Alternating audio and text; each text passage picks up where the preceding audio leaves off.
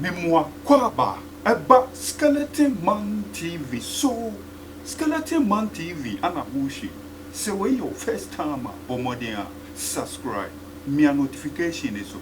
Click all no send your video. Bia ye di betumuno abusia. One son Sabekan when ye bia sure. Bidasi bebre. Abusia for any bre abba. Sampa mai enia brea me say. Warning Chechrenche and abusia. Omudema. Ekobani say, Nina say, Sampa Hine owu ye and Sana Nana Sama Jafra the second airban obusia, Yaya ne ye di da chese, Obia nim say, O Heneno, ye sieno asumbium. Young cotton cotia obusia, Sa Modia say, Afei and onos woba bede, woba beye or Heneno a ye, and nona chese Nana Sama Jafra the second, the personal assistant, Abu Mahama, watch remu say, Sammo Diasi woba beye ne ye nebushafo was inviting kofo bi asan kofo no omo and the din tokwa e koso was Sampa memu nebushafo omo hihye kira asan tokwa no e koso ehefo a Dormaahene Sumaahene and the Bono regional minister ebushafo san kofo no ana chesen tokwa e koso Sampa memu hono no omo hihye kire omo and the hihye Sammo dua chi ebushafo Sorry, warrior no say or your hene. Sanko foi and a Samudria invite to almost say a year no woman day. Omumre Binebusia, Nana Sama Jafra the second personal assistant Abu Mahama was so almost for my day. O my ready, said Dormaahene to me man and so echo be mine so echo prapra honum say a honum ye fin to obabi si honum. Esabe she Samuduachi and mania and so or henny to do pebia to me no so obabe ye namosabe she ne chia mudie mumra near yeden ye chamo me say aye butu said President John Dramani Mahama or so or henny a ya gazette no or no president no eden wo nimna Enie Abu Mahama su o mana so ate say Nana Sama Jafra the second ana abamu no ya eden ya gazette no nti so bi so say oyo hene na tutrasem ana wo ya enie ebeya na ba no wonye den wonfa mo no abusuamu de amumie bomu video num na no o hye ta for me chiamo enema bi na meti ya mepese me ne mudi nkomo mabedi bebi ntina mutimi nka che enra no be catch me say ye samodua force omu ye nana kofisu no eyi na me say na nana kofisu na busua pa no matimi agyae nkrofo di na edi agro ana me so wanya busua no am say okay yeso am kofa nkrofo bi free wenchi techi man eni kintamponi ne ekeka ho na omo ba omo dru kable police force stop omo no a regional minister any team any intervene any DC emomuja omo Sampa tiendra omo nam kuru no mu no mu yese na so okay na mu nim omo normal enam so yan ye no omo dodo na say good enti what is next and so omo see nyame ya adom Saturday omo ye no na na Dormaahene Sumaahene any regional minister ni DC no na eba ye no any nananom a omo from them say wow I'm say a regional minister. I'm say yes. The police form po ye adwinse nka omo court normal costopu ema regional minister ne DC catch omo so omo nyai na they will provide security. I'm say wow.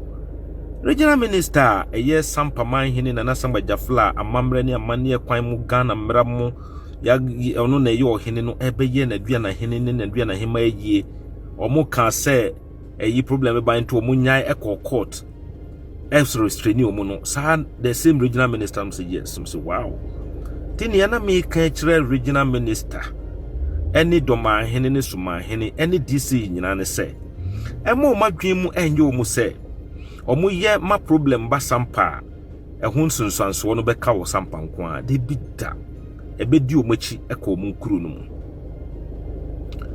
Mr. Regional Minister Mr. DC Samu fi say Ghana mra no mudia na wo ye lawyer man ntino wentimi amfa mra no amfa ntwetwa engi no na fi say wabaye regional minister be share no echi emma sebi enuoma emfa mra kwan so emfa mamre kwan so na be mo kwan mo ya we will let you know say the people's power is greater than your political power now fi so one Mr. President, metie speech bi emra boku for eba waswiye.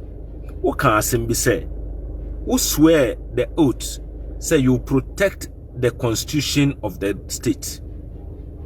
Sa constitution no echere wo say ohina ya gazette no ena wodi nachi.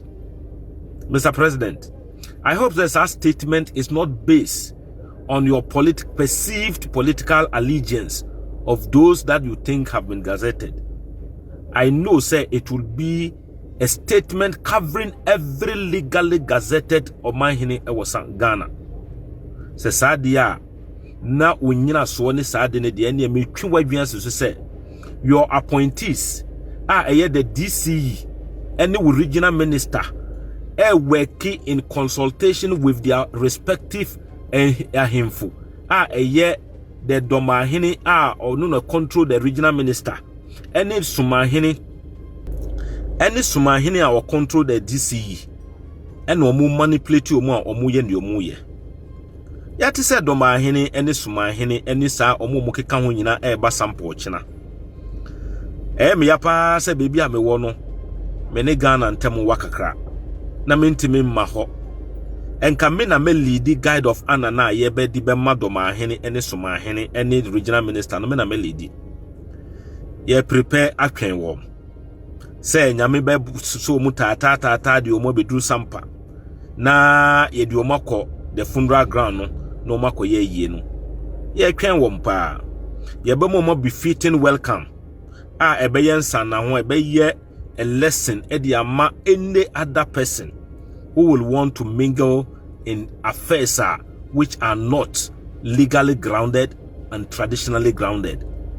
Enti say Dormaahene Sumaahene regional minister any ahemfo biti baby no omusi omu ba Sampa aba be ye bia omumra ye twen wom enro anu na say ye nya the exact number now omudi omu aba ho no ene nkrofo ye di omu aba ho no enro ye ne nyina nyame ya adoma ye prepare na ye di amawom ye be prepare di atwen mo mumra se Ghana mmera no ema mo kwan ema sebi ne ye enye mmera kwan so ene amamre kwan so na mo be ye dia ye nso ye be ma mo welcome address ebe ye befitting one ebe boa ama mo kirima e dia yesua ho no e dia amawom enti Ghana Police Service, Interior Ministry, National Security, you can hide behind politics and allow certain things to happen. President Mahama, you said you will stand with those who have been gazetted.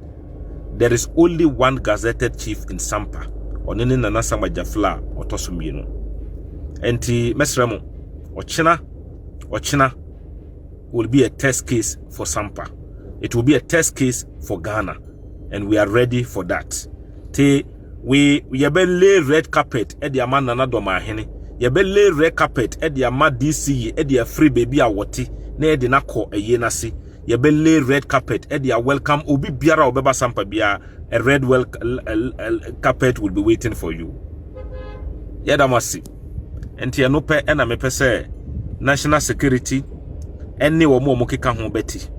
Say senior president can say he need to protect the law. No, as citizens of Ghana, we also need to protect the law because Emrano Emma ye kwan say ye bomb ran ho ban ento ochina ye be hyase na ye bo mrano ho kwan enti meda obi biara so obi anka na command on yem. We have put adequate preparation in place. We have put enough preparation in place ye betimi abo obi biara ho ban na yetimi ehunu say ampa obi ntimi nsori embe ye to trust them embe ye sebi nyoma bi emfa ne hundi enko te Nana Dormaahene Sumaahene regional minister ene mu a samoduafo to mu nsafre mu nyina no ochina ye be ye ushers na ya oshamu into the funeral ground ye twan mu pa we will be ushers ya pam ya usher ntade de amomu nyina ene ya mapu ya sign omu a ombedidi mu ahemfo no manimu omo ombedidi dignitaries na nimu nyina ye de omu nyina ba a omo mbehwe aduane so bebi omu no aduane ne nyina ya mapo ne nyina a ye behwe ma nipa ye be assign omu na omo agimu tata e de mabaye na se ye twan mu nyame nka mo ho mo ba nso na ebia mo yira mo kwan na mo ntimi nko mo kuro mo bi ma mobetimi afrɛ me yɛbɛma ma wo mu nso ɔmo lead mu edi mo akɔ back to mu kurom nyame nka mo ho no ɔmo mo ho ban bye bye.